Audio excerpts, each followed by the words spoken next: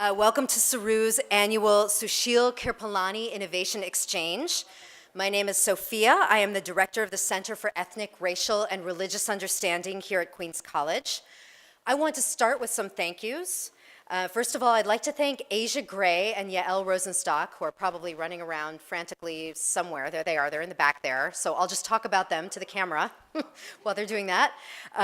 All three of us work on all aspects of curating and advertising this event.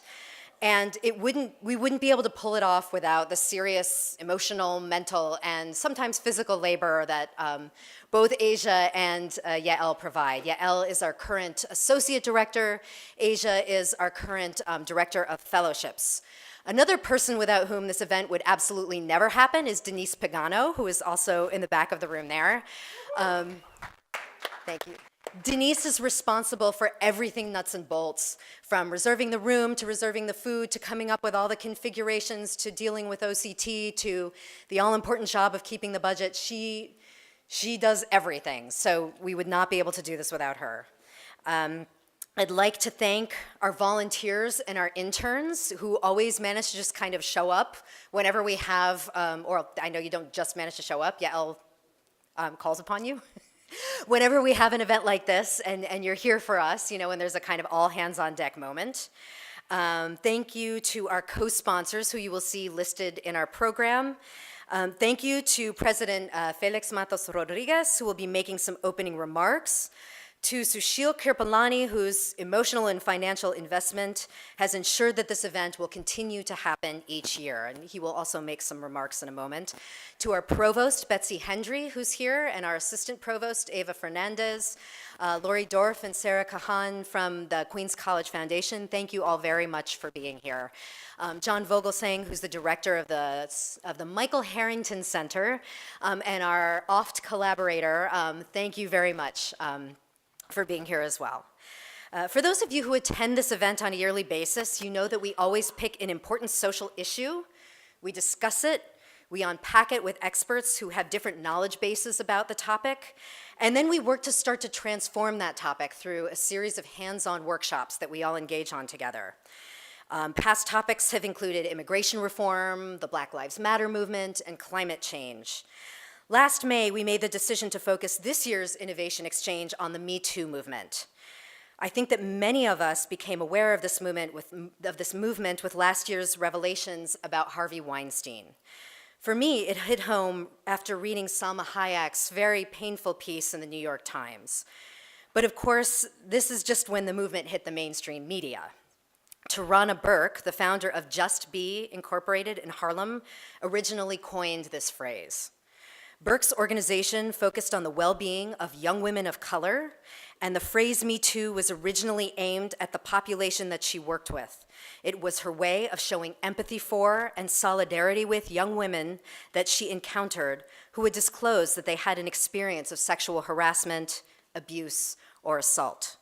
In an interview with CNN, Burke stated, "On one side, it is a bold, declarative statement that I'm not ashamed and I'm not alone.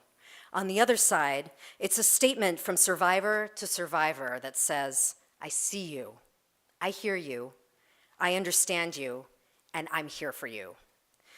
Unfortunately, since our original discussion to look at the Me Too movement back in May, I think that we've only learned that this issue regarding sexual harassment, assault, and abuse is far more systemic than some of us may have originally imagined. I'm saying some of us because others of us, I think, who work in this area may have always realized that. From the revelations about systemic abuses of power and position in academia, to discussions, debates, and protests fueled by the excruciating testimony of Dr. Christine Blasey Ford and others during the Kavanaugh hearings, it has become very clear that as a society we need to look in the mirror, be honest about the ways in which we might contribute to upholding this systemic problem, and start to find ways to effectively transform our collective. I know we're not going to do all of that tonight, but I hope that all of us make a personal, individual start. All right, so enough of me speaking. As I mentioned at the start, we are very fortunate to have our own Queens College president, Dr. Felix Matos Rodriguez, also known as Fellow, here with us this evening to make some opening remarks and to introduce our sponsors. So without further ado, I would like to introduce Dr. Felix Matos Rodriguez. Thank you.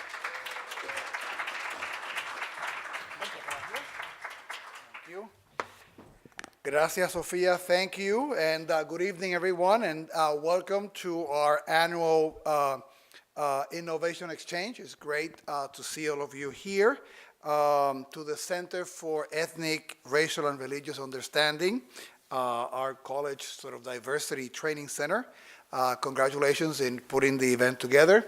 I assume that it was a total random coincidence that you picked the day after the midterm elections to hold this, right? Because, knowing your trajectory, I know that you leave those things to chance. But I think it's great that we're here and that we're able to celebrate. This is the 7th year, right, in which we are doing this. So, and as Sofia mentioned, the event in the past has touched on a number of sort of very timely subjects, and we come together for some very frank and candid and deep discussion of difficult topics, and then hopefully with some energy, direction to be able to go on and be agents of change. The audience here, as always, will get a chance to participate in the conversation, and as I think is part of the signature way in which CERRU has always tried to organize their events, with that deep respect for what each one of us can contribute, what we bring to the table, not shying away from things that might be difficult or controversial, but always trying to push so that we can have those conversations as a campus community. And clearly the subject of the Me Too movement and sexual assault is something that is very much in our minds.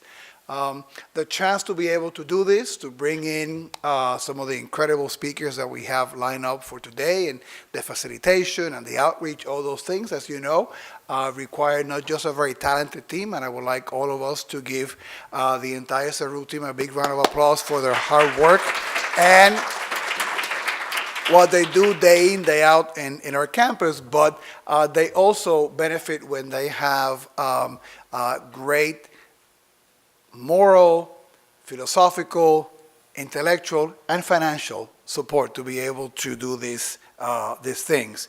And we're very lucky that we have one of our alumni, Sushil Kirpalani. Did I kill that? It was pretty good with a Spanish accent. He's a little bit used to it, given some of the things that he does.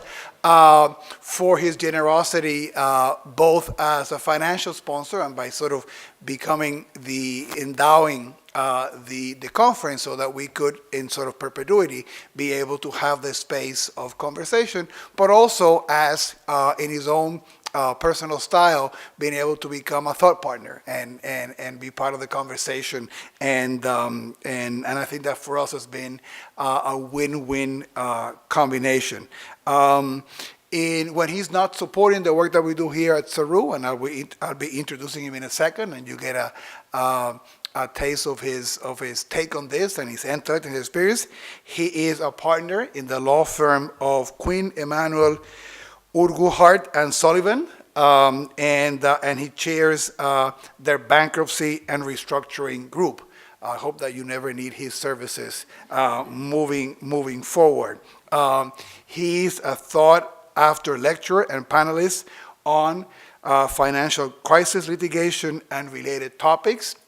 We were talking in the back. He's actively involved in some of the issues connected with Puerto Rico, which touches me in a personal way. And he is a Queens College graduate.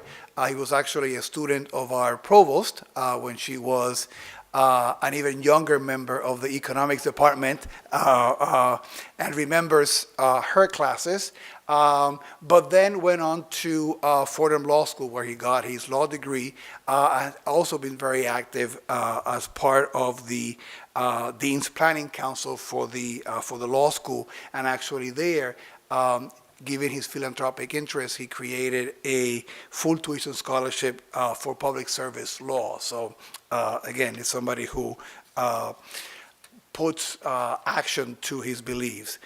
He's here with us tonight. He joined us last year. I think that we have clearly improved on the heat, right? This is the one donor's request, and we remember, so we clearly have, if nothing else, taken that into account. But again, I'm really, really proud to have him here, and I'd like to introduce Suhail Kirpalani to say a few words and come up here.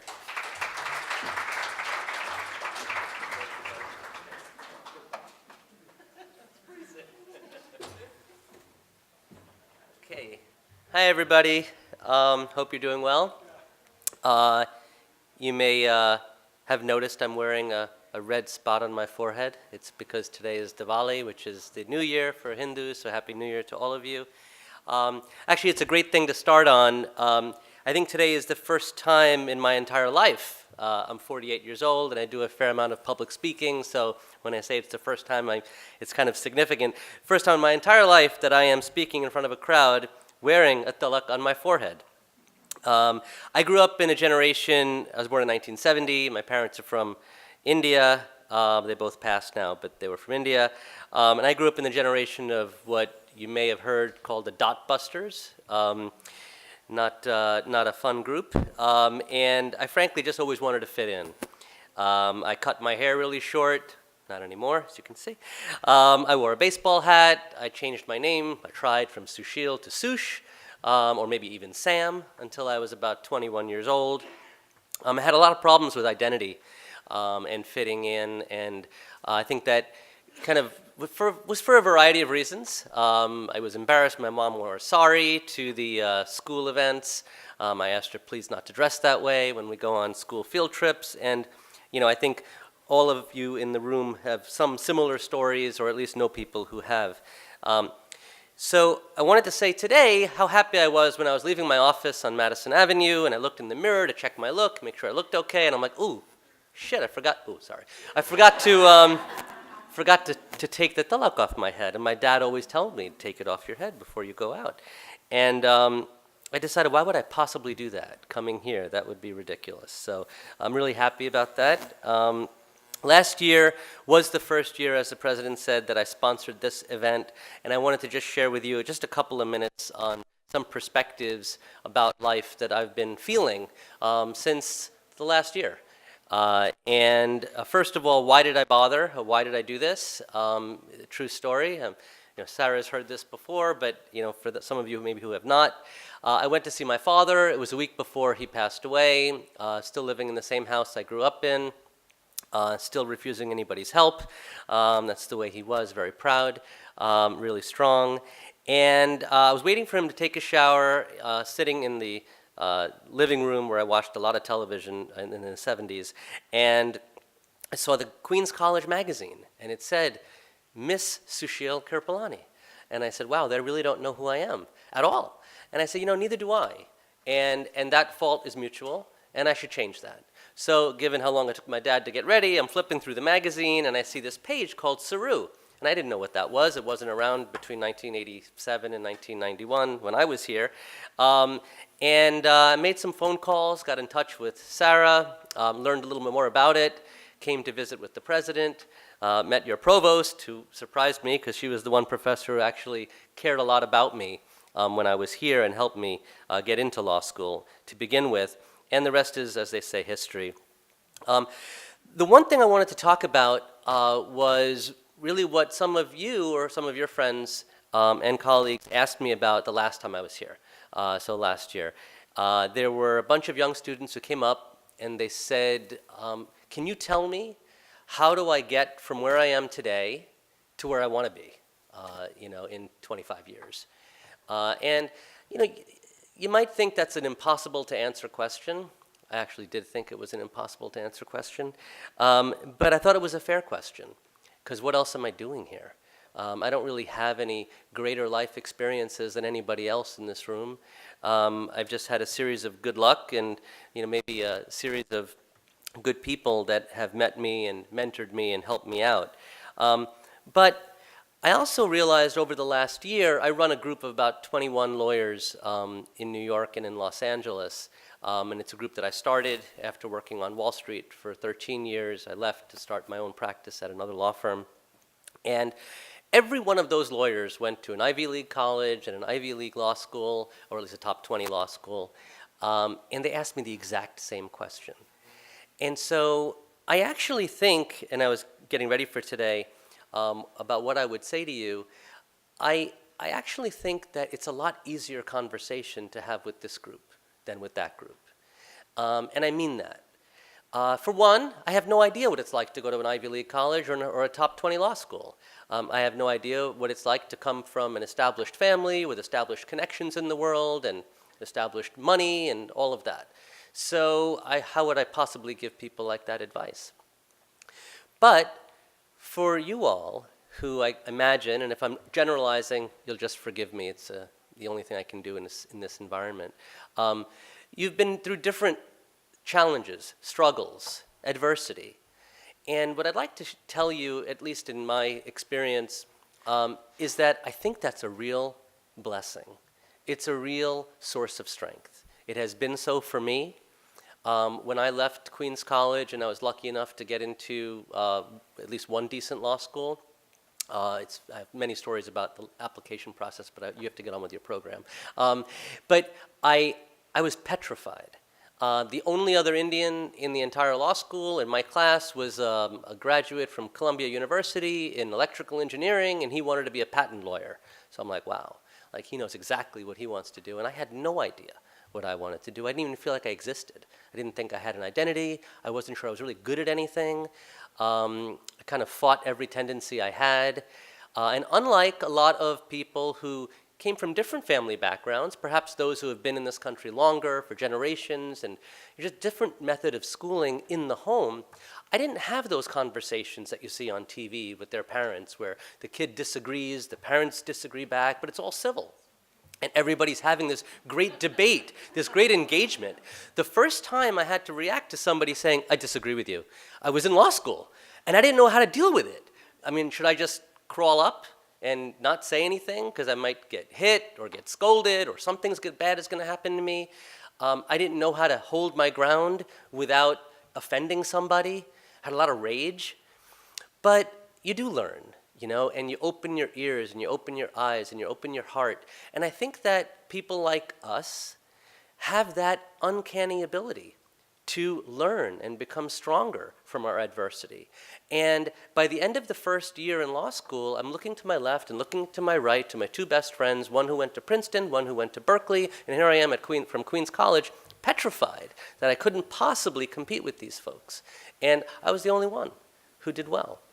And I think that what it was fear. The fear factor is huge. Fear of failing, fearing of letting my parents down, feeling of proving that what everyone believed about me, that I was an imposter, would become true. And I think over the course of the last, I guess it's been 25 years that I've been practicing law, I fought against that tendency. And I think the best I can tell you is try to harness it. It's not easy. And there's not one recipe that's going to work for everyone. But I don't want you to ever think that because you come from a situation where it's not as advantageous or prestigious or something to talk about at cocktail parties, that it's not worthy. It's absolutely worthy. You're all worthy. And you will do great things in your life.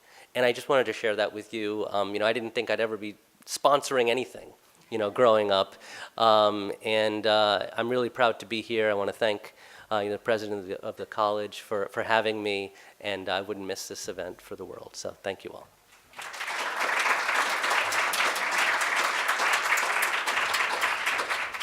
Okay, without further ado, we will start with our panel. I'd like to first bring up Yael Rosenstock, who will introduce the other panelists. Yael is the Associate Director of CERRU. You can read her bio in the program, but it really won't do any justice to the actual person that she is or what she's actually meant to our center in the time that she's been here. Yael came in at a really, really pivotal moment where there was one director leaving and another director coming in, and quite a bit of upheaval, and hit the ground running and brought an incredible amount of expertise, She started the QC's Exploration Group.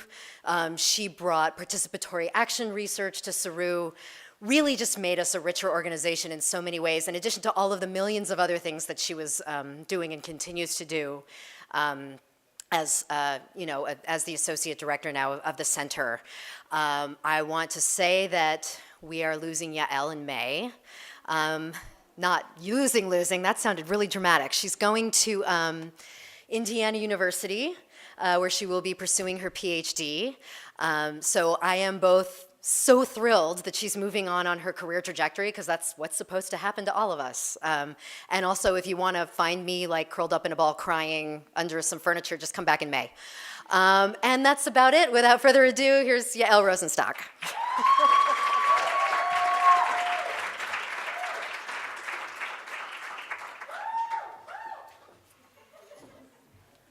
What a lovely introduction. Thank you, Sophia. That was so I want to invite you and thank you all for coming. I do want to give a shout out to Sexploration. They are not in the program, for which I apologize, but they are coming here and they are helping us with this event. I just want to make sure everyone knows, as I'm sure you realize, sexual assault is a very triggering topic, and that is today's topic. So if you feel like you need to get up and leave the room, get a breather. If you would like to speak to someone, you can find Sophia, who is just speaking, Monica in the back perhaps, and Asia, but I don't see her. Well, oh, she's over there. So in the back room. So if you'd like to speak with someone, please do find a staff member and they will be happy to do so. And so that is everything for there. So in that case, I'm gonna bring up our 3 speakers, and as Sophia said, we're going to let the bios do the talking to make sure we can get to their speaking points. But can I please have the 3 come up? We have Keren McGinity. She's the Director of Interfaith Families and Jewish Engagement at Hebrew College. We have Robina Niaz, who is the Executive Director and founder of Turning Point for Women and Families. And we have, oh, I'm going to say this incorrectly, I apologize, Erin Spampinato. Fantastic. Who is a PhD candidate with gender, sexuality, and literature. So first, they're each going to answer a specific question that is geared towards them, and then we will go on to a couple of extra questions. Oh, sure. And we will then also open up to Q&A. And so if you notice, at your seats, you each have index cards. We are happy to give you as many index cards as you would like. To ensure that the Q&A process is smooth and also anonymous, particularly given the topic, you could just write your questions on those index cards, and Sophia and Asia will be picking them up. If you need a pencil or a pen, Sophia will also be handing those out. Okay, so without further ado, my first question is directed towards Dr. Keren McGinity, and it is, why did you decide to come forward, and what happened when you did? Side note, we are going to be starting from the personal and then moving out. So this is the most personal.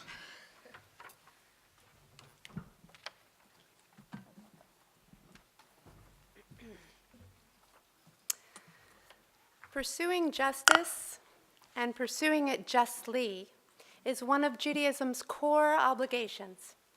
In the Torah, the Jewish Bible, it's written, justice, justice you shall pursue.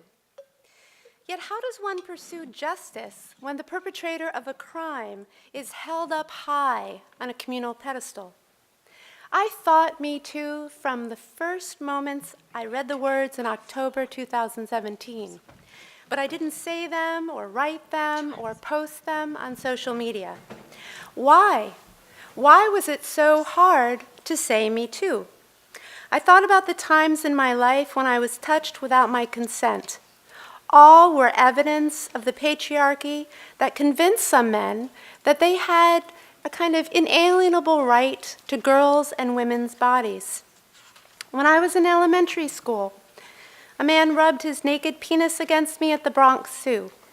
In high school, the father of children I was babysitting came up behind me and slipped his hands down the front of my blouse. As a 20-year-old in downtown Boston, a group of young men walking the opposite direction passed by, and one of them, laughing, reached out and grabbed my breasts. Teaching a night section of Ivy League athletes in Providence, a student draped his arm over my shoulder and suggested that he deserved a better grade. During my postdoctoral training in Ann Arbor, a married neighbor stroked my face over lunch, and an attorney squeezed my butt when I thanked him for helping with a negligent landlord.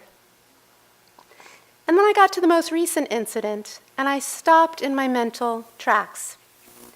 Stephen M. Cohen, a prominent sociologist of American Jewry, had used the pretense of professional advice to lure me to a candlelit dinner far from the academic conference and the prying eyes of our colleagues.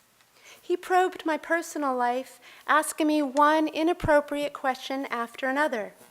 He took my hand in his, and he held it across the dinner table until I carefully withdrew it from his grasp. After I rebuffed his suggestion of walking me to my hotel room and firmly said good night, he suddenly pressed his body against mine and kissed me in a manner only suitable for lovers. I knew what he did wasn't kosher, that I had been mistreated. But women are socialized to not make waves, and I was a product of that brainwashing. Strong power, gender, and Jewish dynamics contributed to my initial silence. He was older, tenured, and significantly more powerful. I had just finished a research fellowship and was staring unemployment in the face. The interconnectivity of Jewish academia, combined with this particular perpetrator's status, meant that saying "me too" would draw attention to something very wrong in the Jewish community in general and Jewish studies in particular. The ideas that the Jewish people, my people, are one big family, that we are responsible for each other, and that we should not speak ill of each other, kept a muzzle on me. The mere thought of speaking out paralyzed me with fear and questions. What would people think? How would he react? Would I be judged for blowing the whistle on someone considered to be a Jewish academic superstar? It did not occur to me then that speaking out is actually consistent with Jewish values and with academic integrity. As I learned about more Me Too stories, a sense of urgency began to well up inside me, compelling me to do something. 6 years after the incident with Cohen, I read an article in the Jerusalem Post that asked, "When will U.S. Jews confront sexual harassment and other abuses of power?" It was a clarion call to end my silence, to call out he who had acted so unethically, so un-Jewishly, and so unjustly. Finally, my Jewish identity spoke to me in a way that actually made it impossible not to speak out. Social action and justice are a big part of my faith. Tikkun olam, Hebrew for repair the world, is something I've always strived to do in small and sometimes big ways. And journalism, freedom of the press, offered me a means by which I could write about my assault. On the eve of when my words became public in an op-ed titled "American Jewry's Me Too Problem, a First-Person Encounter," an unfamiliar feeling came over me. I felt as if I was standing on the edge of social change, peering over with nothing to comfort me but my commitment to doing the right thing and to protecting others. I wondered, is this feeling a version of what Rosa Parks felt right before she refused to move to the back of the bus?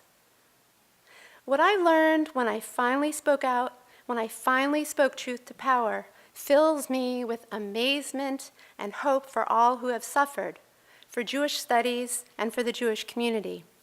The academic leaders in whom I confided that I had written a soon-to-be-published Me Too piece took immediate, decisive action to protect other women by disinviting Cohen from speaking on campus and writing a #WeToo blog expressing solidarity with me. Within hours after my story went live, I was inundated with an overwhelming deluge of kindness, support, and gratitude. I heard from leaders of major organizations like the American Jewish World Service, and from individuals who had been harassed by Cohen, by other predators, and also from bystanders who wished that they had been upstanders. Their experiences ranged from decades old, triggered by learning about my story, to more recent. In some cases, they had not told anyone before. I became a keeper of dark secrets, a human vault. The response made me realize how significantly the Me Too movement was indeed changing American society. The volume of support and thanks meant that the days when people brushed off inappropriate behavior as Steve being Steve were coming to an end. As comedian Stephen Colbert quipped leading up to the Kavanaugh hearings, people who say boys will be boys shouldn't be allowed to raise boys or girls, maybe a plant, a cactus. If only Colbert could have voted on that nomination. Still, a few friends and colleagues were quite concerned. Was I getting a lot of blowback? Did people believe me? How was I doing? I was surprised by the questions until I heard from women who had privately complained years earlier about being harassed and assaulted by Cohen. He had a particular MO. They were told he has a family, and dragging his name through the proverbial mud would ruin his career. Fortunately, in 2018, not a single person said anything remotely similar to me after I went public. Just 2 months after I went public, the Title IX investigation ended with Cohen's resignation from Hebrew Union College Jewish Institute of Religion, just a few miles from here. Humans categorize. It's how we operate in the world. But speaking out emboldened my belief that we can choose our own labels. People have called me a victim. Although I was victimized, I reject that label. People have called me a survivor. Although I can stand here today and I can smile, I did not survive cancer, and I was not liberated from a concentration camp. I am a persister. And yes, that's a new word, and you heard it here first at the Innovation Exchange. And yes, I voted for Senator Elizabeth Warren last night, who also persisted. Although sexual predators and gatekeepers have influenced my career, I persisted. I kept researching, publishing, teaching, and serving my community and my country, our country. I also persist in seeking the truth and in speaking truth to power. One of the most toxic flaws of our society is the focus on binaries. Binary thinking is an either-or mentality, good or bad, strong or weak, Democrat or Republican. Binary thinking encourages polarization and tribalism, us or them. I believe that as a society, we must move from binary thinking and towards dialectic thinking. Dialectic is the both-and approach. Dialectic thinking looks beyond a single element about people, the color of their skin, their heritage, or how they worship, into the depth and complexity of who we are. Instead of a man or a woman, we're men, women, and transgender. We aren't black or white. We are dark chocolate and white chocolate and every shade of milk chocolate. Thank you, Daily Show host Trevor Noah. One religion or another?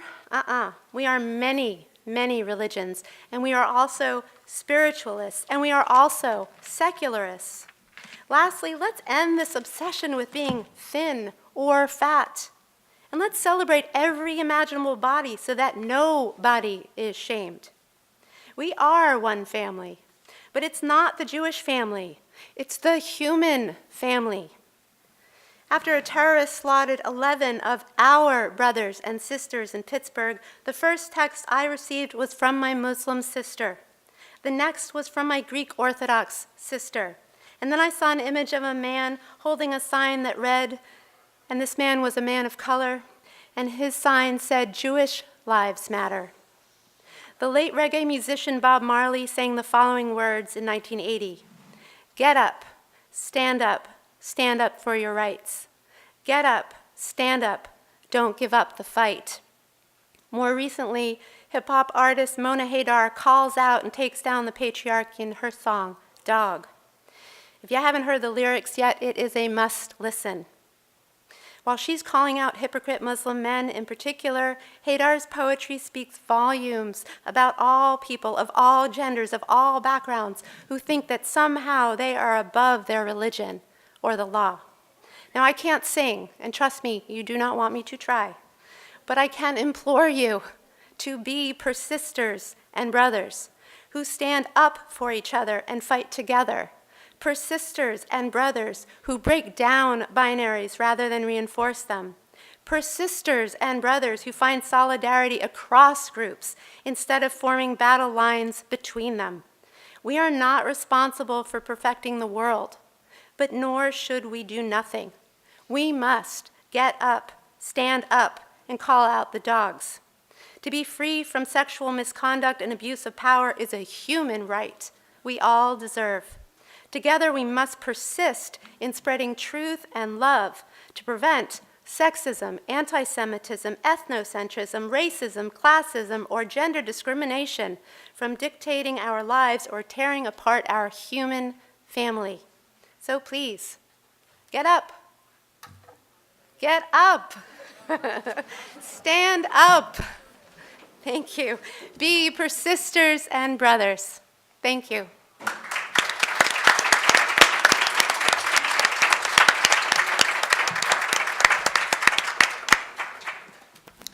Thank you so much for your vulnerability, your story, and the inspiration to be persistent. I like the new word.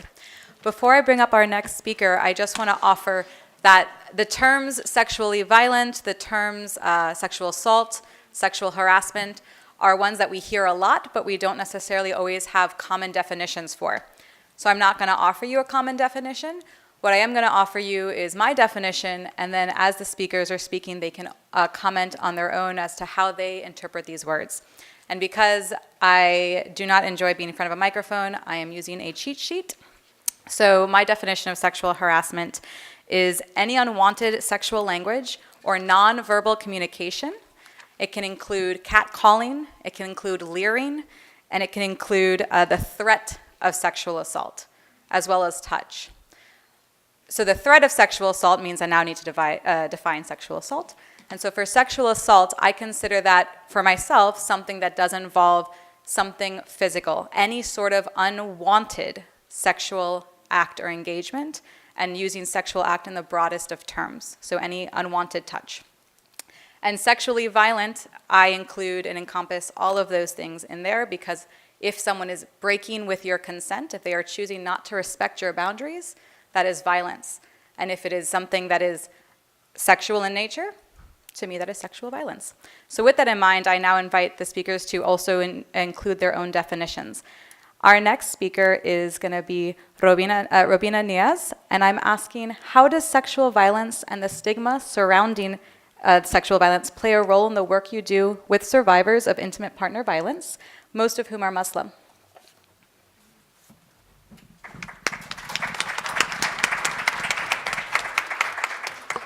Good evening, everyone.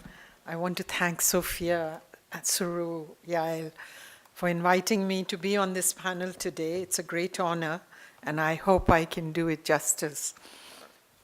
So I've been doing this work around domestic violence in the Muslim community for a long, long time.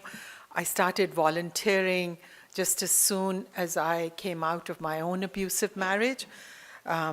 It was a difficult time, but as Sushil, did I get your name right? And happy Diwali.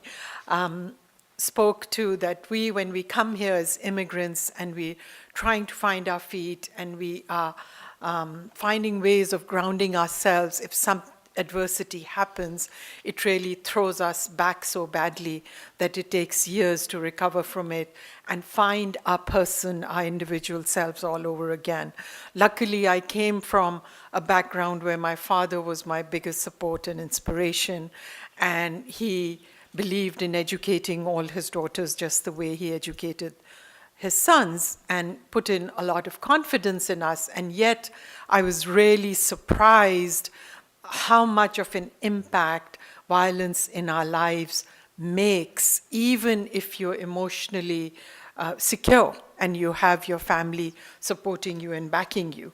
And I'm just referring to that period because it was a time of great isolation and feeling alone and not knowing who to talk to, where to go. My family was all overseas, and the sense of shame was huge. The shame was huge because I was made to believe that everything that's being done to me is my fault, right?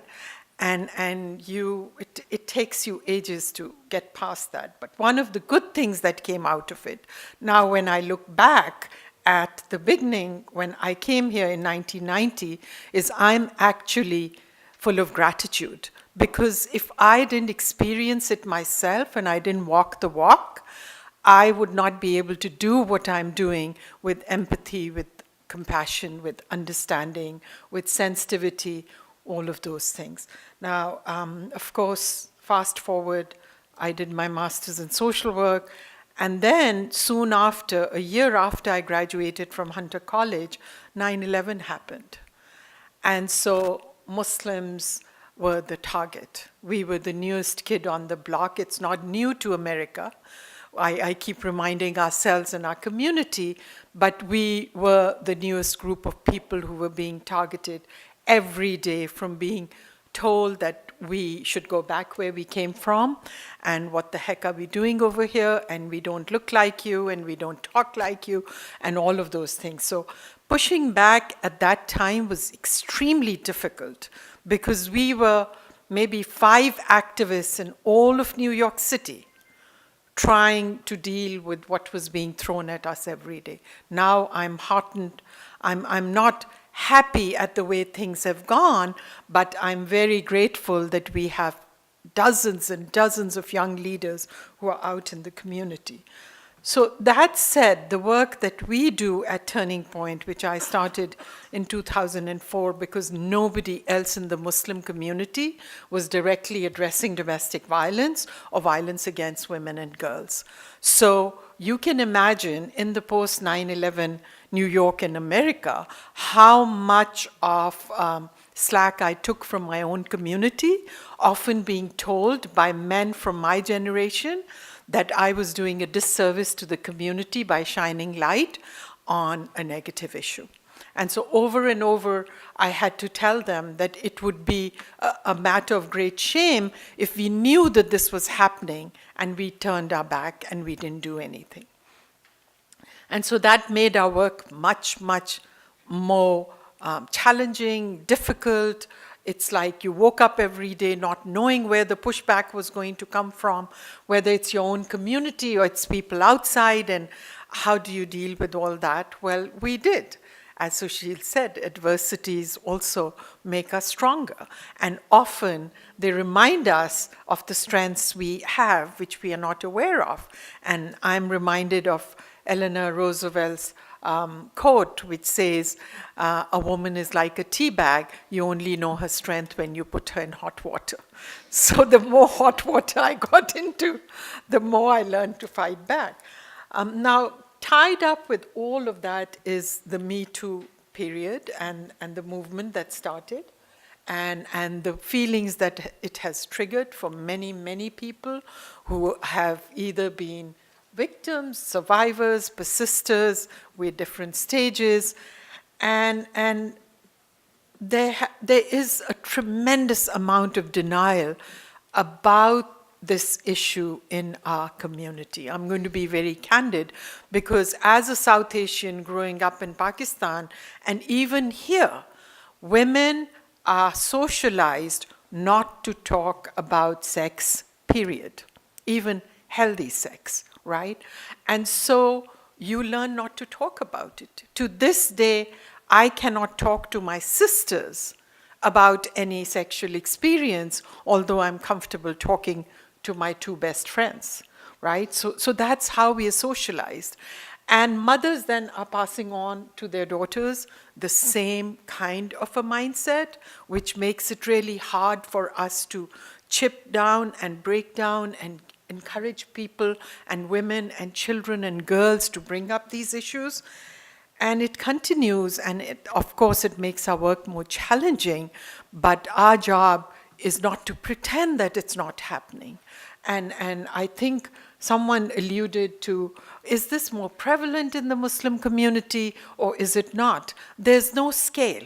There are no numbers that will tell us whether it's more prevalent or it's less prevalent, but I will say that it exists and it is there. And it is hidden, and there is a lot of spiritual abuse going around as well. People in power, as we know, and we heard, tend to do that. And there's spiritual leaders in our community also who have been named and singled out, and now, the community has stepped up, but it took a long time after a lot of us did a lot of shouting and called on our leaders saying, you need to address this. You need to do something about it. So when women come to us, they present themselves as women living in domestic violence situations, and there's child abuse going on. And if any of you in the room are therapists, it's like peeling an onion. You ask and you ask and you ask, and then finally, you get to the bottom of it.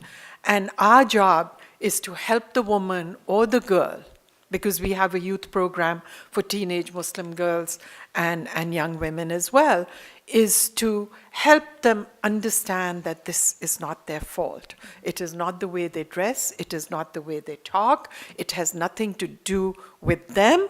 It is the perpetrator who is committing a crime, even if he looks at you in a wrong manner, right? I worked in Pakistan in a very male-dominated organization where I had to learn to be stuck up, because if I wasn't stuck up with so many men around me, I'd be seen as a slut trying to chat them up, right? And that's how I remember my young days, that constantly, every day going to work, not getting the credit for the work we did, but being looked at as females, as objects who were there to either satisfy men or annoy them or irritate them, or I irritated most of them, and I was fine with it.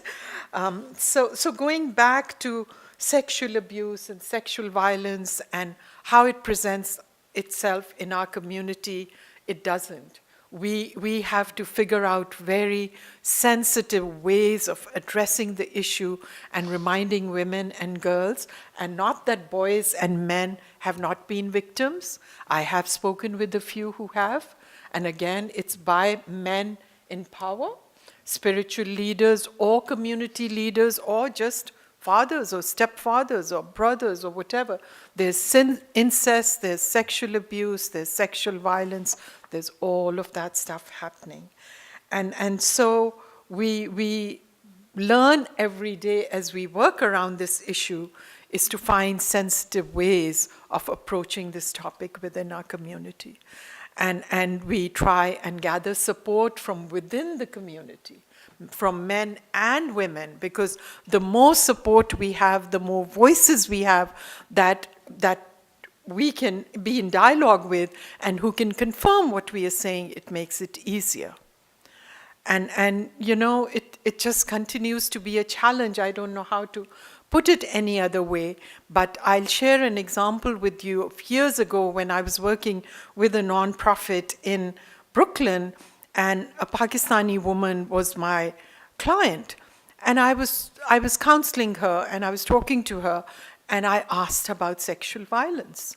And I asked her if she had ever been raped by her husband or sexually abused or whatever. And she said, no, how can that be? He's my husband, right? So we also socialize to believe that husbands can do whatever they want. So then I reworded my question, and I said, how often does he force you to have sex? And she said, oh, that happens every night. So I said, do you know that that's a crime? That's marital rape? You could have knocked her off with a feather. She was so shocked, right? Now, this is given when Islam, the faith that we practice and follow, does not give permission for this kind of behavior, right? There is no place for such behavior in our religion. But what happens is, recently I was having a conversation with my staff, and I said we have to understand that patriarchy and misogyny go hand in hand. And as long as our faith and religion are being interpreted with patriarchal lens, women will continue to be the object of physical gratification and satisfaction. So I'm going to leave it there. I welcome questions, so please feel free to ask. And I hope I was within time.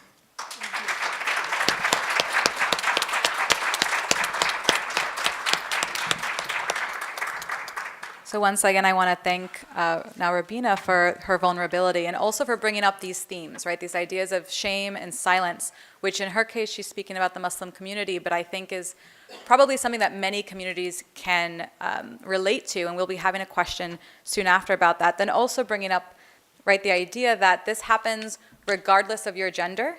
Anyone of any gender can be a victim or survivor. Anyone of any gender can be a perpetrator, of any race, of any class. It happens to those who are lower economic status. It happens to those of high economic status. And so there is no divider. This does happen in many different places, but sometimes the intersections of our identities affect the ways in which this occurs and affects the ways in which our community responds to it. So I really thank you for bringing all those ideas up. Our last speaker, and they will be speaking more. This is just the time that they're giving their solo time. Our last speaker, Erin, will be talking about the connection between rape and othering, which she'll be defining historically and culturally.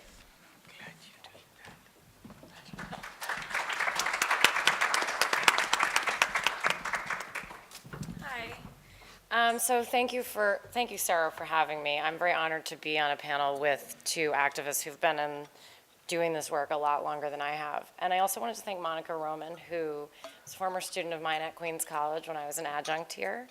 And it's just kind of like what you dream teaching would be, is that you have a student who takes a few of your classes and then graduates, goes on to do a higher ed, and then invites you to do something like this because she's part of it. So thank you, Monica. So I am going to talk about otherness, but I just think at first I should say that I am very skeptical of the idea that we can ever really define sexual assault. I think Robina's point that she just made is just dovetailed very nicely, that sexual assault is defined by a community, defined by a historical moment. It can be perceived radically differently from person to person, even members of the same community. So marital rape is a great example of that. Until 1980, the UK had a marital rape exemption, which meant that a man could not legally be tried for raping his wife. It was not, it was on the books and not enforced, really. So, but still, it was this really disgusting vestige of what was once considered totally acceptable, and in fact, a way to make your marriage thrive. So there's a lot of literature from the 19th and early 20th century where a woman just not feeling her husband that much, and people are telling him, you should make it happen. So that was a real reality. Another good example of this sort of context-bound thing is how, I bet I'm not the only person who, after Harvey Weinstein, who after Bill Cosby, who after all these revelations about powerful men, got a call from an older relative that said, I just realized this thing happened to me, or I just remembered this thing happened to me. So that now that we have a language as a culture, our community has decided to say, we're not okay with these behaviors. Now people are starting to recognize that things that happened to them when they were younger, that they might not have had language for, are sexual violence. So yeah, speaking about otherness, I think that there's a lot of, our first conversations, me and Yael, were about why people rape, and I was like, wow, that's a huge question. And I could talk a little bit about what the most sort of popular theories are about that. There's no one reason, and I don't think anybody thinks there's one reason why sexual violence happens. But I was thinking that in this context, it might be really productive to think about othering people, especially because we're at CERRU. And I think that, from an ethical perspective, my reading, and I'm not alone in this, would be that you really have to degrade the humanity of somebody very profoundly in order to rape them or to commit sexual violence against them, however you define that. And one of the reasons why, this is a gendered crime is that in America, along with many societies, now we recognize many genders, but traditionally gender was conceived as a binary. So when you're set up to believe that a person who doesn't share your gender is the opposite, is the other, you're already telling kids from when they're very young that they are going to understand their sexual identity through othering, right? And so that's, Boys Will Be Boys speaks to that we have a very strong conception of what it means to be a certain gender, and that there's a real big divide between the genders, traditionally defined as the opposite gender. So yeah, I think that you can see, most people don't believe that rape is a crime of desire or sexuality. Some people do. Most people believe, since Susan Brown Miller in the 70s, that rape is really a crime of power. It obviously involves sex, and we could talk about that in the question and answer, but I think that the issue of otherness, it would make, if rape was about sex, it wouldn't make sense that people rape people they purport to hate, right?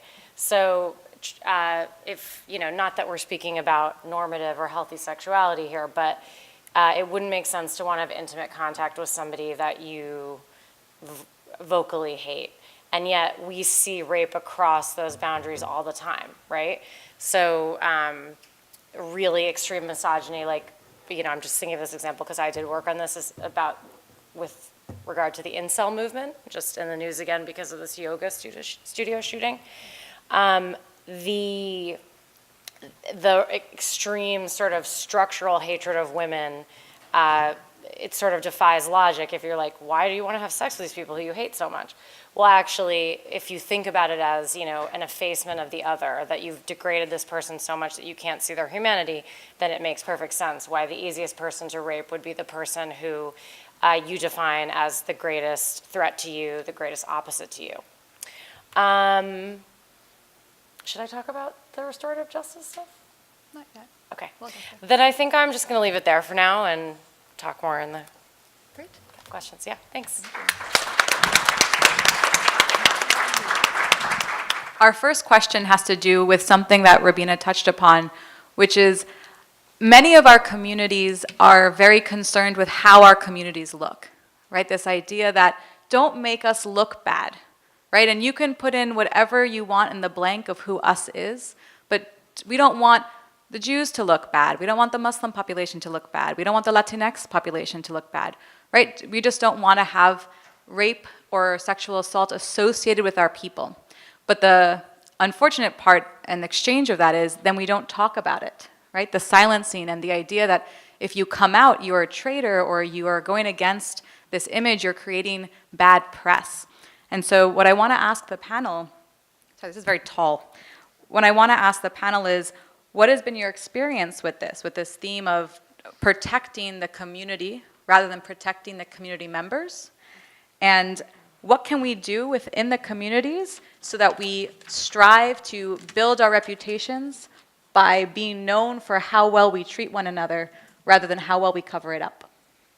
And any of the panelists are going to be able to respond. These will be shorter answers, and we'll have more questions. Now I can thank you for inviting me. Now that I said my portion, I really want to thank Sophia and Yael and Shushil and El Presidente Rodriguez for bringing us all together for this powerful experience. And for all of you for coming. You have choices in your life, and you could be spending your time otherwise. So thank you for being here. To speak to that very good question, I think it's particularly hard when one is part of or a member of a minority, a very tiny minority. Jews represent literally a drop in the population bucket. Although it may not seem that way, it is in fact the statistics with regard to population. So that compounds the concern about not wanting to do anything or say anything that would reflect poorly on one's community. Is if you're part of a community that's already vulnerable or under siege in some way, then you don't want to add, give any potential enemies any ammunition, if you will. Horrible choice of word, but you understand what I'm saying. I think that what is happening slowly and what needs to happen more within any community, and just to be very clear, no community, I don't believe that there's more sexual harassment or assault or violence or rape in one community or another. And I also don't think that any community is immune from it. So we need to just be aware of that. And with regard to what we are doing or what can happen, I'm delighted that within the Jewish community with which I am most familiar, there's something called the Safety, Respect, Equity Coalition, which is a group of organizations and foundations that are working to figure out, okay, what do we do? How can we work together to prevent this from happening and to protect people and to educate? And there's a lot of education that needs to happen. And slowly but surely, that is coming to fruition, and there are now groups such as Big Kavod, Respect, Honor, which is setting up has a Facebook group where people can post anonymously, and there's an online reporting mechanism, and there's support and resources, legal advice and therapy and so forth, so that what's happening and what needs to happen more is to normalize the process of speaking out, so that one isn't doing anything harmful to one's community, but actually beneficial to one's community, and that doing so is consistent with the values of that community. So for us, I'll speak from the perspective of the work we do in the Muslim community. The first step is really to establish that there is nothing wrong in talking about abuse, sexual abuse, rape, violence, sexual violence. And that stems from our belief, or the values that we are supposed to believe in, is that one, if there is injustice happening anywhere to anyone, it is our duty to speak up against it and stand with the one who is being attacked or who is being victimized or wronged, right? So it's rooted in our Islamic values, in the values that we claim we believe in, right? So that's one. And two, send a message, which we've tried to do, and I'll give you an example. To people, women, men, boys, girls, any gender who wants to speak up, to give a strong message that we believe them, that they should never be questioned, right? It is, oh, did this really happen? Or are you sure it happened? Or tell me how it happened, all of those things. And so we really need to come from a place of compassion and understanding and empathy, that we start from the point that this did happen, and now let's figure out what to do about it. And I can share an experience a few years ago. I used to hear stories from girls in our youth program or women who came to us about sexual violence and abuse and rape and all of that stuff, but nobody was really publicly talking about it until one day I saw on Facebook. I didn't know this young woman. She had posted her personal story of being abused by her best friend's uncle or somebody when she was a young girl. And I jumped out of bed. And I tracked her down and I messaged her and I said, I want to meet with you. And I dropped everything and went to the city and sat with her for 2 hours. And the way I opened the conversation was, I thanked her, I congratulated her, and I told her that she'd done a great favor to all of us, because this is opening a dialogue, a conversation. And then I invited her to our youth group meeting for her to talk with other teenage girls and talk about her story. And at that day, one of the girls brought her cousin who had been abused, just to make her feel comfortable and let her know that it was okay to talk about it. Then we invited her to our support group, and she shared her own experience. And one of the support group members for years had been blamed by her teenage daughter, who was a young woman at that time, her mother, for her father abusing the daughter, right?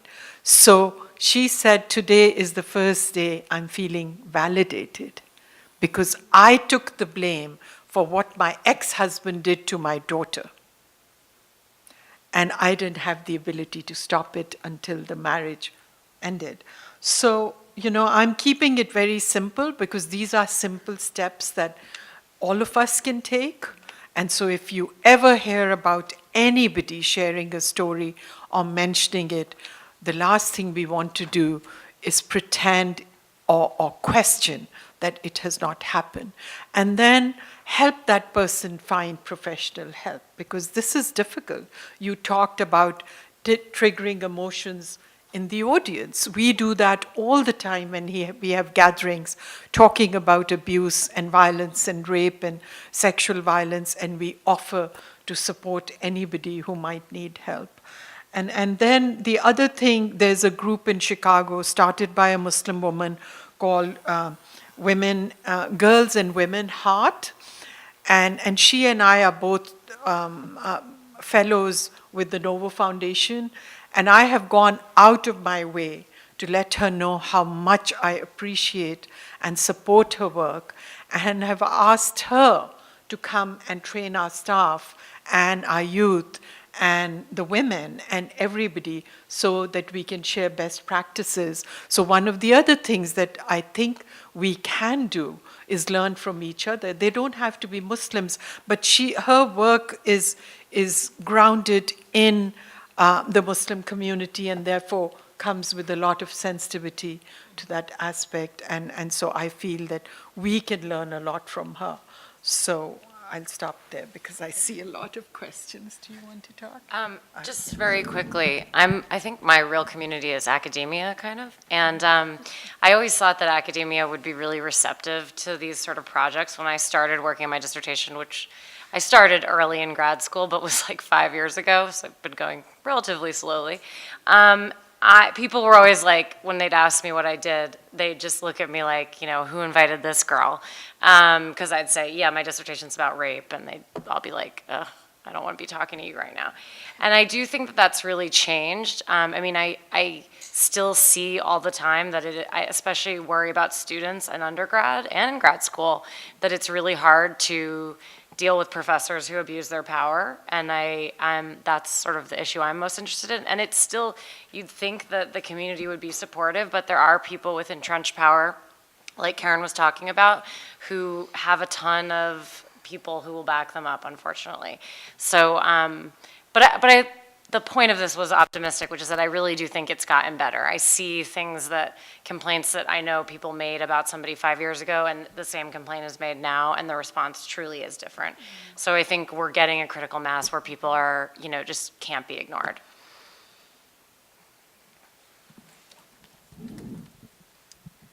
So that actually helps with a framing that I wanted to mention and I neglected to mention, but I think everyone is actually doing on their own. But the idea that we want to, when we're thinking about these questions and we're thinking about responses, that we are including all the people, well, we can't personally include all the people, that we're thinking about the different dimensions that are at play. And so it's good to know that within this academic sphere, there are things happening, but perhaps for domestic workers who are babysitters or nannies, right, they don't have any sort of access to anything. I imagine there is no change for them, particularly if they're undocumented or they have some other situation in which they can't stand up against their aggressors. And so I was actually on a panel recently and they asked, do you think Me Too is going to do anything? Do you think there'll be any sort of positive effect? And I was the only person who wasn't like, yes, it's amazing and everything is better. I am like the depressing person. But on that line, I think that Me Too is a potential start and a impetus, and that we have to keep that going. And so my next question, and then I will get to these lovely questions over here, is what needs to shift so that the Me Too movement is not just little pieces and little pockets that are being affected, but what do we need to do within the education system or the justice system or within media to have a real effect and real change so that people are protected and respected and believed when they tell their stories, and that we hopefully have fewer stories. So much needs to change. This is a short list, and I'll try to be succinct. I think, first of all, we need new definitions of masculinity and femininity. We need to think about and explore what does it mean to be a man, a woman, transgender, so that we craft definitions that are positive and that people want to embody and live and that don't hurt themselves or each other. Because part of rape culture, as you spoke so eloquently about, has to do with power, of course, but also of domination, and that dominant piece is like interwoven with American masculinity. And the Jewish masculinity that I spoke about is part of American masculinity, and all of our faith communities, our ethnic communities, our racial communities are part of the larger American construction of gender. So that needs to change. People need to also realize that it doesn't have to be rape to be wrong, you know? And I had to change because I thought, well, you know, thank goodness I made it back to my hotel room and well, I wasn't raped. At least I wasn't raped. It's like, well, what about everything else? You know, everything else was wrong, too, and the abuse of power was wrong. So those need to change. We need more women in positions of power, not just in politics, but across the board, including in academia, including, you know, we still. I don't have the numbers right at the tip of my tongue at the moment, but I know for a fact that there are far fewer tenured women, certainly in Jewish studies, and I believe also in many other fields. So that's it. And that's not to say that just putting women in power would solve everything, because women also can abuse their power, can also be complicit, can also be enablers, can also be gatekeepers. So we need to create checks and balances so that when someone is in a position of power, there are people who are looking and making sure that there isn't cause for, you know, there isn't an avenue for abuse, or if some semblance of abuse happens, that there's a way to correct course. And I'll pass it on because I don't want to hog that answer. Thank you. I think, you know, I didn't go to school in the US, so I really don't know what curriculum is followed for sex education. But I really think this needs to start really, really early. It's too late to start teaching men and women and transgender people or LGBTQ or whatever. It's really late to start teaching them how to respect each other and not to deny the humanity that all of us are part of, right? So the younger we are when we are taught that this is wrong and this is unacceptable. And like you said, that it is not just rape. I remember being at a job in a nonprofit where a coworker from a different department would wait for everybody to go home, and I was sitting at my computer working, and he'd just hover around after my boss and everybody had left, and I would be extremely uncomfortable. And the assumption was that this woman who's an immigrant may not have a voice, she's recently transplanted, whatever, that it made him feel that he could do that. And I was a member on the EEO task, committee, right, at that organization. So what he had never imagined that I would go and report it to the division director, right? And she took it very, very seriously. Now, had she not taken it seriously and not responded that way, what do you think I would have felt? That here's my workplace that's denying what I'm feeling. And what I had learned through my work is you don't have to touch anybody, you don't have to say anything, you don't have to physically attack that person, it's how you make that person feel, right? So, oh, you're dressed a certain way, or you are, whatever that gesture is, do not make other people feel like they're less than you or they're not important, and make them feel uncomfortable. And I knew that this man wasn't just trying to be nice to me. What was the purpose of giving me compliments when everybody else had left? And this is a married guy, right? So we need to really start early with young people, changing their mindsets, but also we have to pay attention to what they're learning from people around them, right? We learn this at home. We see our elders behave a certain way and we model after them. So if we're raising children, then we better be extremely mindful of how their behavior is going to be impacted the way I talk to somebody or I treat someone. I think it goes without saying, respecting everybody like we respect ourselves, or we want for others, which is a very important Muslim, and I think a human value, is want for others what we want for ourselves. And if I don't like somebody doing this to me, I better not do it to anybody else or teach anybody else to do this. So I'm going to leave it there. I know we have a lot of questions. I have so many thoughts about this. I think, but I'll just narrow it down to 3. Rape needs to be recognized as a problem for society, not for women. That's huge. I think that's starting with Me Too, which is exciting. There's also a really great point that this feminist philosopher, Keren makes, that I probably made Monica read this in class, actually, I'm realizing it as I say it, that we should take some of the stigma away from victimhood and think about why is it so dangerous in American culture to be vulnerable? Her theory is that we've feminized the idea of vulnerability and we've masculinized the idea of agency. And so, and this is no criticism to the term survivor, I fully understand it. But her question is, do we need to say we've survived rape? Do we need to say we've survived sexual violence? Why is it so dangerous to say I was a victim of something I didn't have control over? I wouldn't have chosen it. I'm not rewriting it as part of a narrative that makes me feel good now. I'm gonna, I'm gonna work with it now. I think one value of that would be to recognize that not everybody feels like they survived rape. A lot of people feel like they just made it through and have to keep chugging along with their life, right? The other value of questioning why it's so bad to have been a victim is that it might make us realize that we're all vulnerable to victimization, right? The idea that women are uniquely vulnerable to victimization is a masculinist ploy.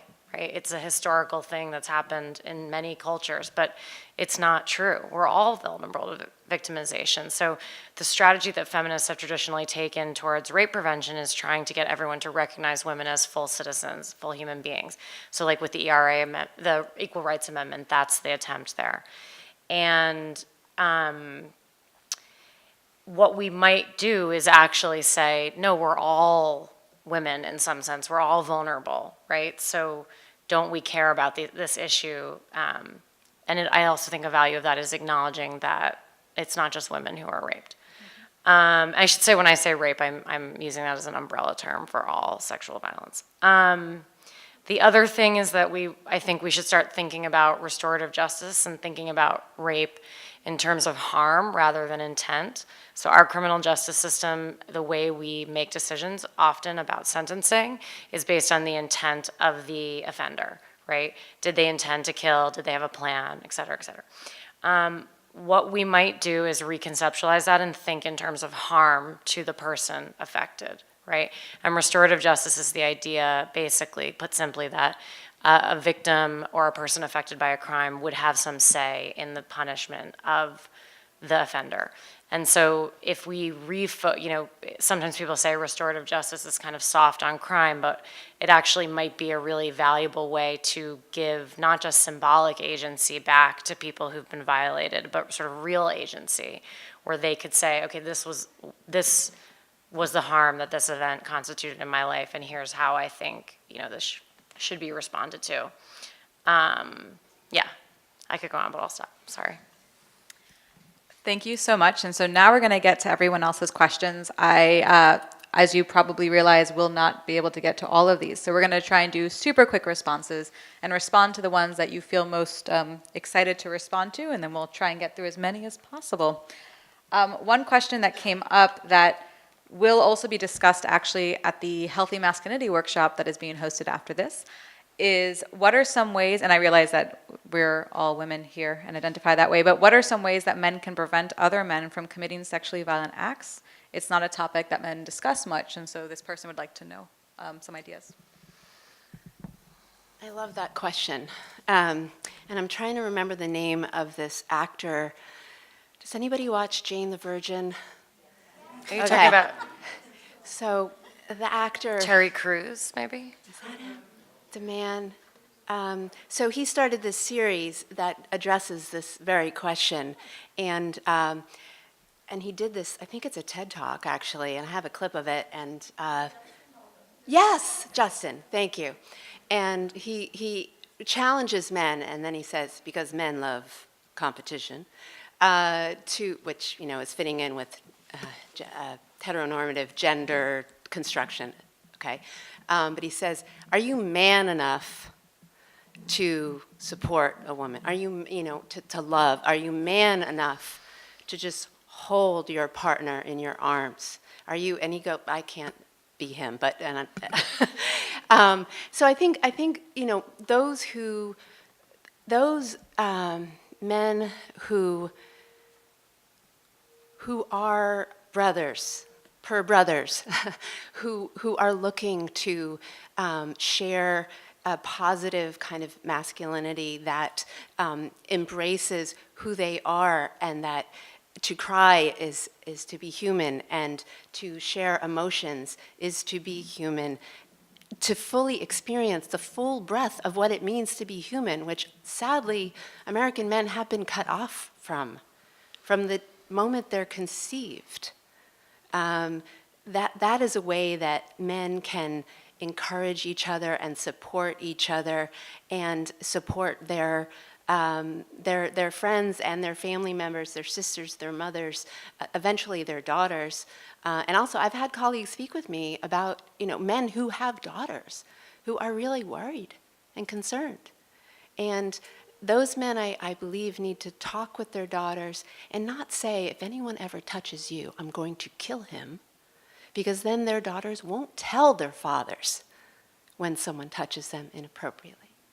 So for fathers to talk with their daughters and about mutual respect and about love, and to model what being, real men means, which is to feel and to love and to believe and to support and to cry and to not shy away from emotion.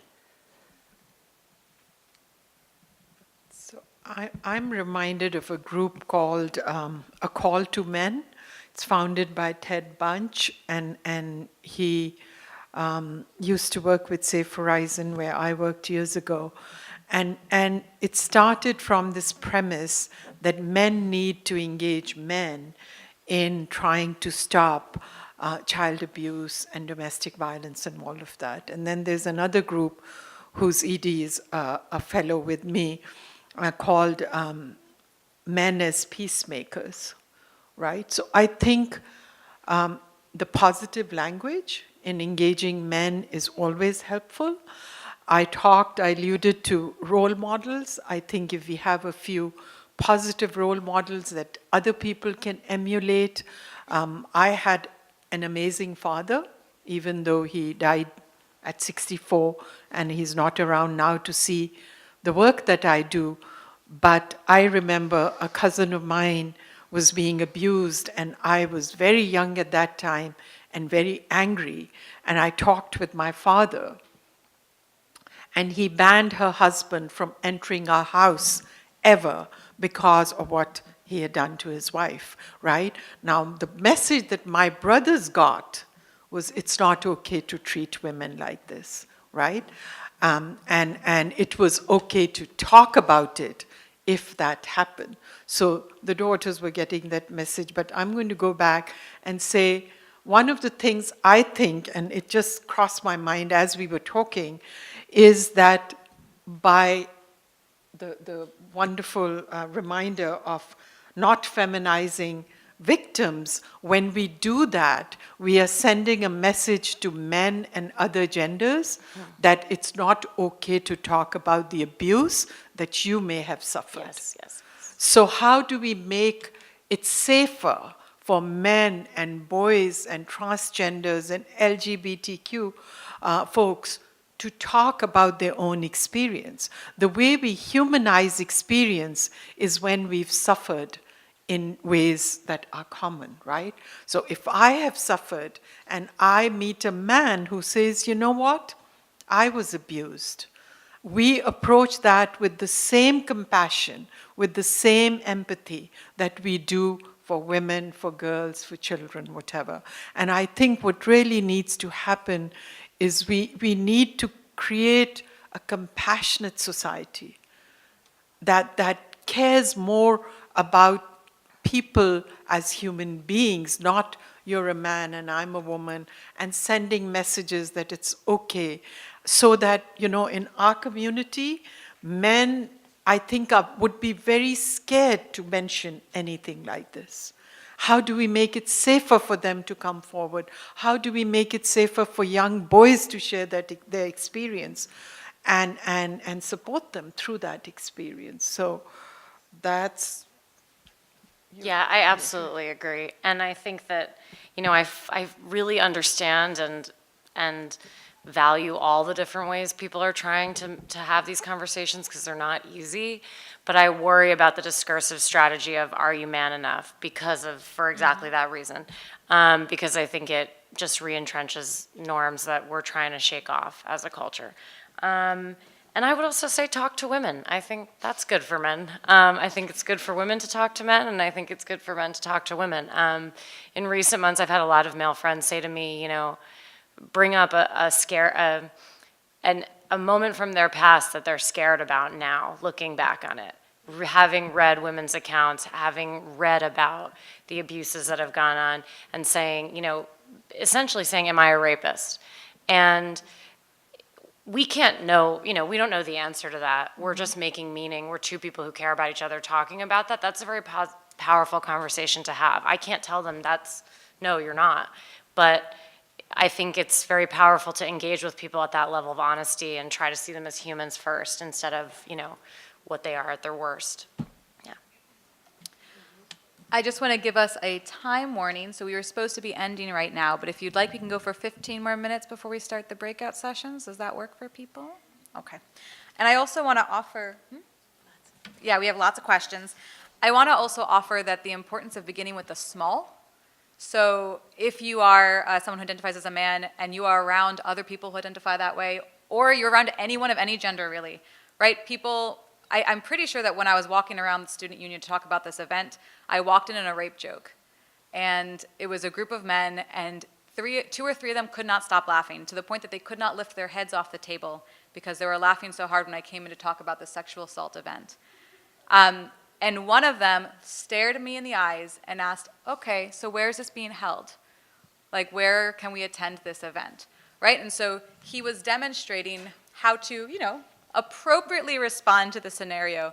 And he was doing it without seemingly any shame, right? So everyone else was laughing around him, and he stood on his own to have a conversation with me. And so the small things matter greatly, because if you're willing to let the small things slide, it means that you're probably not as likely to stand up with the bigger things. And so if you practice, like, yeah, that's just not okay to say, or like, people like, oh, I just got raped, and they mean like the test was hard, we don't gotta say that. We can switch the language around, right? Because rape is real, it's tragic, it's traumatic, right? So our words are super important, and so if you start there, you can actually make a difference. And then of course also, if you see someone trying to push themselves on someone else, again, regardless of gender, stop, ask the person if they're okay, distract, pretend that you're their friend even if you don't know them, and say, hey, haven't seen you in a long time, do you wanna come and chat with me? Right, those are all like very small ways that we can get involved. So we have a bunch of different questions. I think I'll ask a political one, because there are a couple political ones, and then we'll go back to some others. But do you feel that bipartisanship and the liberal-conservative divide have led to the Me Too movement not being taken as seriously as it should? And so I want to broaden that to not just the Me Too movement, but sexual assault, right? And another person asked about the Kavanaugh case and how that may be affecting the momentum of this work. I don't think that, I'm very disenchanted with the idea of bipartisanship. Right now, I don't see that. So I don't know, in my experience, how that plays in, and I'd be interested to know what other people think. I think with Kavanaugh, one idea I have about what the conceptual work that restorative justice could do is that it could sort of enter into these conversations we have when we say, it was he said, she said, and we don't know what happened, right? Well, restorative justice, if you focus on harm, you could say, okay, so we've heard testimony from both sides, and we believe, Brett Kavanaugh, that you harmed this woman. We don't necessarily know or believe that you intended to harm this woman, but we believe that you harmed this woman, and we have to think about how we want to respond to that.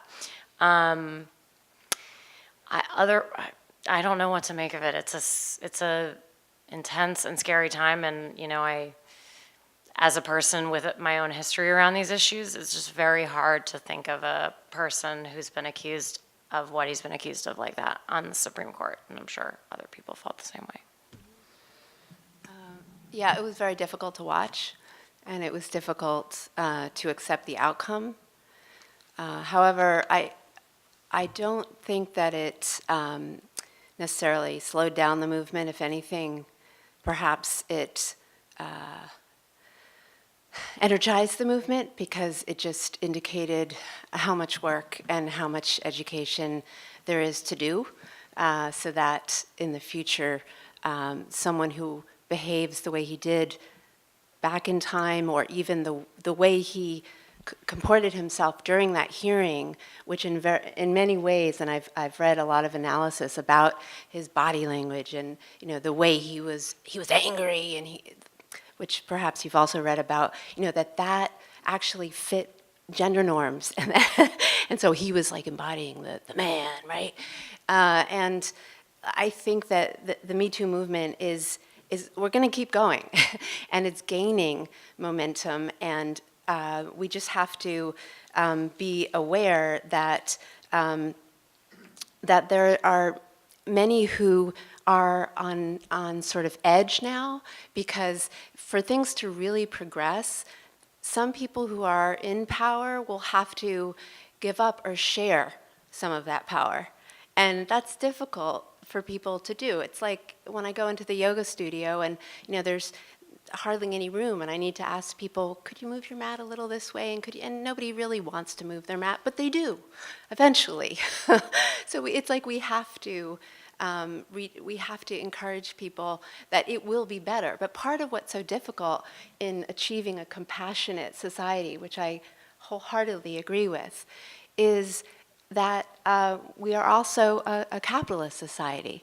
And so much of the way we operate is about the money, sadly and unfortunately, and sometimes for good.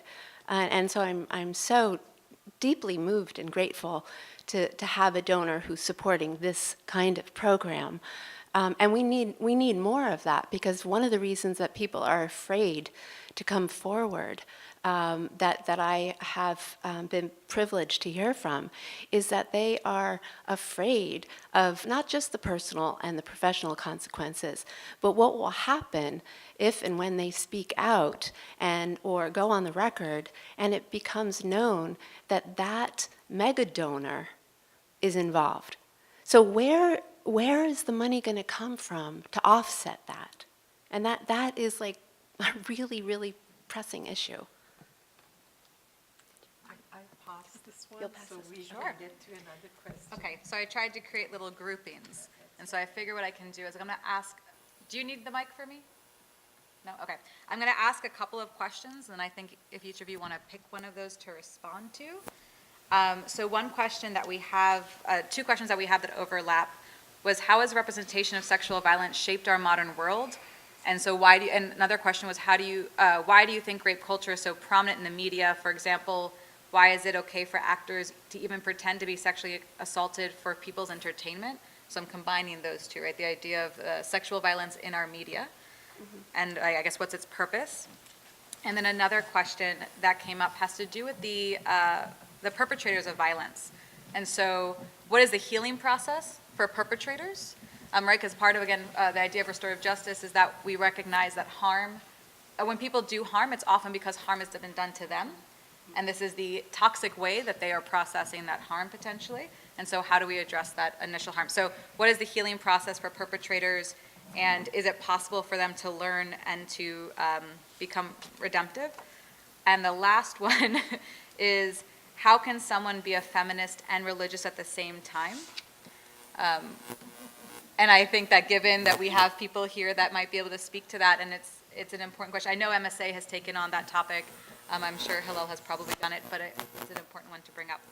So let me know if you need reminders, because I just gave you a lot, but please go for it. I spoke last, so why don't I let one of my co-panelists speak first now? Thank you.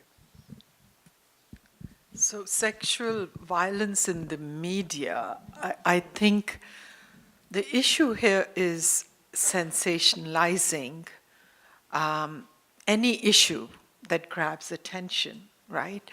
And so since the Me Too movement, it's been out there, it's been outed, a lot of people have stepped up, but it's also got a lot of media attention. And so I think what's happened in the process, and which is, I'm not saying that we should be silenced, anybody who wants to talk about it, but how do we know what the intention or the motive behind somebody writing a story or putting it on television? And so if it's to get better ratings, is it to support the person who wants to speak out? Is it to believe that person? Is it to change mindsets? So I think it all goes back to that. And I'm in favor of people speaking out and calling out and acknowledging and all of those things, provided they are ready. If they're not ready and they choose not to speak, that's okay too. It is their choice. They must have that.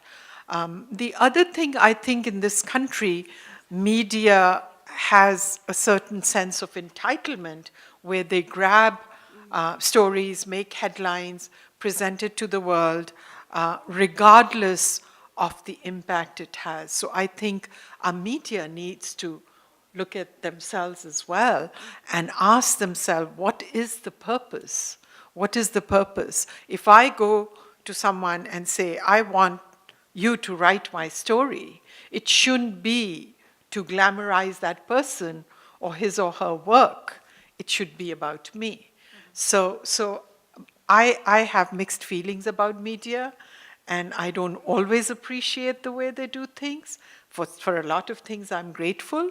Sometimes what happens is the manner in which things are done end up doing more harm than good. And so again, we go back to the trauma, the experience, the violence that never goes away.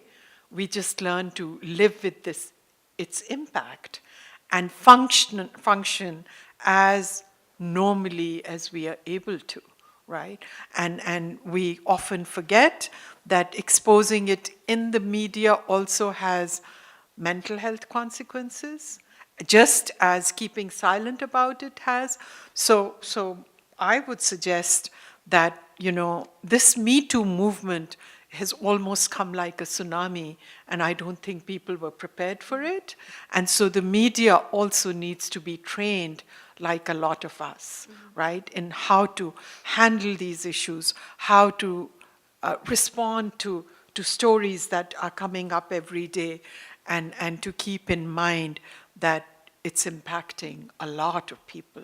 So the more people we impact, the more conscious we have to be about our responsibility to our society. Are you going to speak about feminism? Yes. Okay, then I just have a thought about media. Maybe it makes great. sense. So I study representations of rape in literature and art. So all you have to do is walk around the first floor of the Met to know how profound representations of rape, how profoundly they've shaped our culture, right? And that goes across, the Egypt rooms, the Greece rooms, you will see that throughout. Just use the first floor as a guide. It will be helpful. And then I would say that I think, you're speaking about post-Me Too, but I think before Me Too, and I think often the purpose of representing rape in art is to discipline women through fear. And that's what I think, yeah. Short and sweet, I like it. Yeah. Okay, first of all, I just want to quickly mention that because there's so many questions and too little time for us to talk together, that if anyone has a question that they don't get a chance to ask or that we don't get a chance to address, that I would welcome hearing from anyone at any point later in the evening or after, and I have cards and you're welcome to take one and I'd be delighted to hear from you.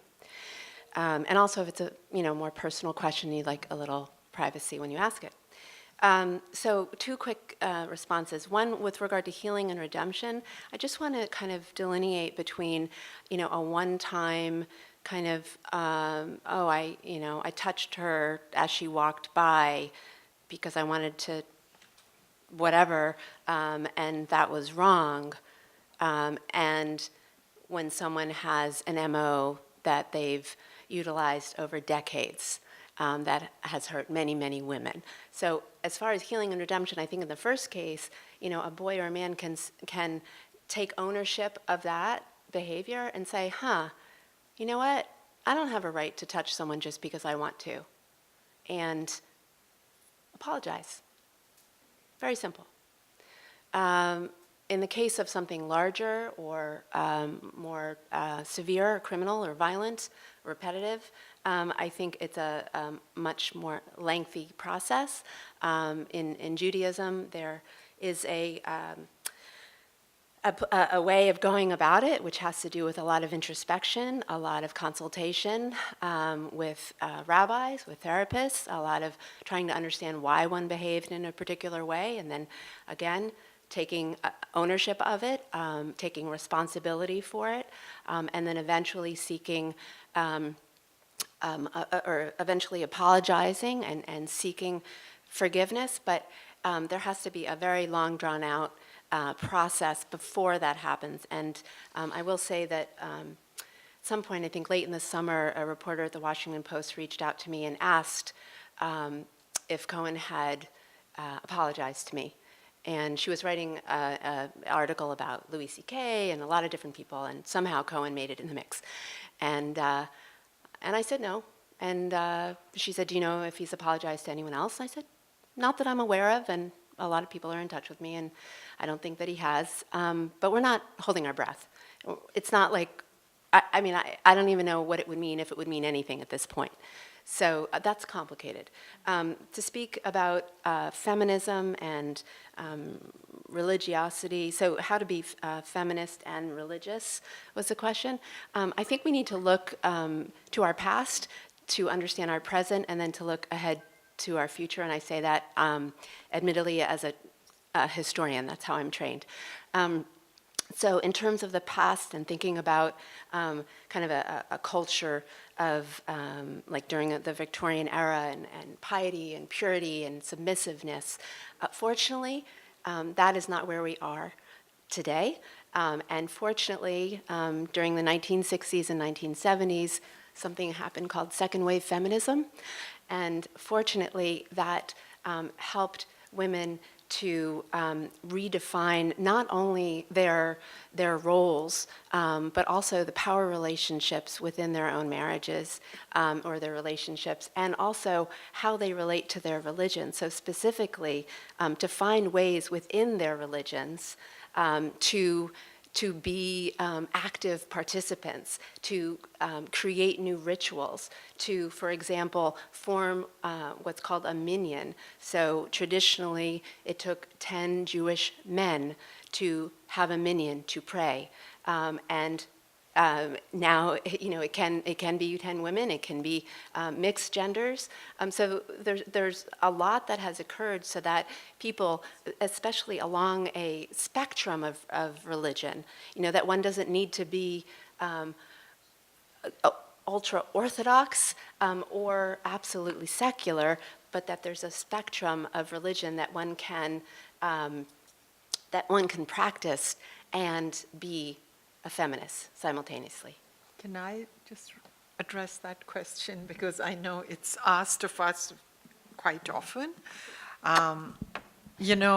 Muslims and Islam has been in the media for a long time and draws a lot of negative attention. Sadly, a lot of the positive stuff is shoved aside, but, I'm often asked that, what is the place of feminism within Islam? And I don't know how many people in the room know, but those of us who follow and practice and learn know that our Prophet Muhammad, peace be upon him, is called the first feminist in Islam. And the reason for that is because of the way he treated women, and he modeled a behavior that was positive, that was uplifting, that was not as a favor, but that is how it was supposed to be. And so he laid down those examples for us, and people lost their way. Like I said, that religious tenets have been interpreted for centuries through the lens of patriarchy. So much so that even women started to believe that this is the way Islam is. And for several centuries, female scholarship was almost non-existent. It was done on purpose. And so in the last century, a lot of female scholars have emerged, and I brought it up to my father once. I said, I bet you if women started researching Islam, the status of women would change. And he said, you're absolutely right. Why don't you do it? I'm not a researcher, but I looked around and I started reading. And so for us, really, if we go to the core, there is no contradiction, right, between being a feminist and being a practicing Muslim. And we should be setting that example. And I remember once I was talking to an imam about the way women were being treated in domestic violence, and I just posed a question, and I've done it to many religious leaders, and I said, well, Do you agree with me that our Prophet Muhammad, peace be upon him, was the best exemplar of human being, for the human race? And we as Muslims believe that. Now, even if you're a secular Muslim, you're not going to say no to that question because we all believe it, right?